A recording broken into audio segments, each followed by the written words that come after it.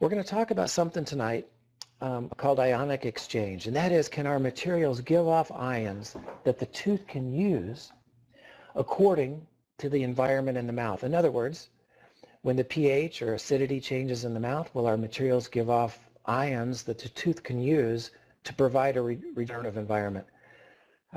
Yeah, I think so. That's where we're at today. So when we look at ACTIVA, there's restorative material, there's a base and liner, there's also a cement.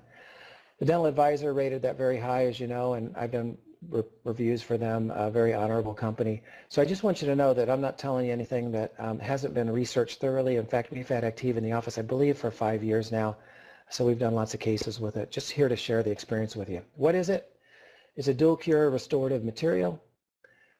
The instructions tell you to do a 15-second total etch, and the dentin bonding agent is optional. We'll talk about that more in just a few minutes. It's got a real good color.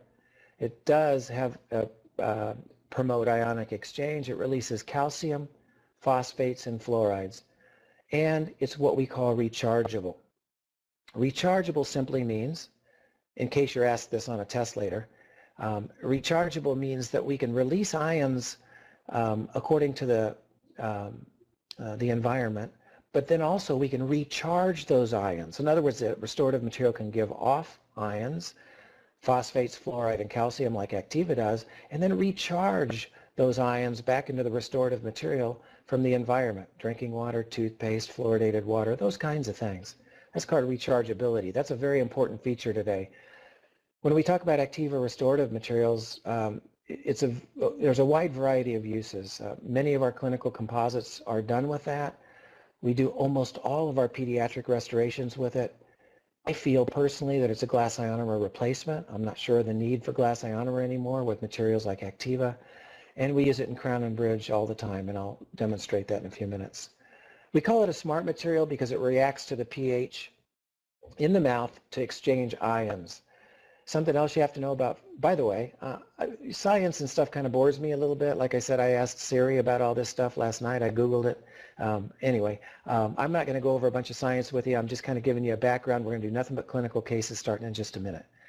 It's a smart material that it releases ions according to the acidity in the mouth. That's important. It's hydrophilic, and as you know, dentin, when we talk about dentin, it's a water-based material.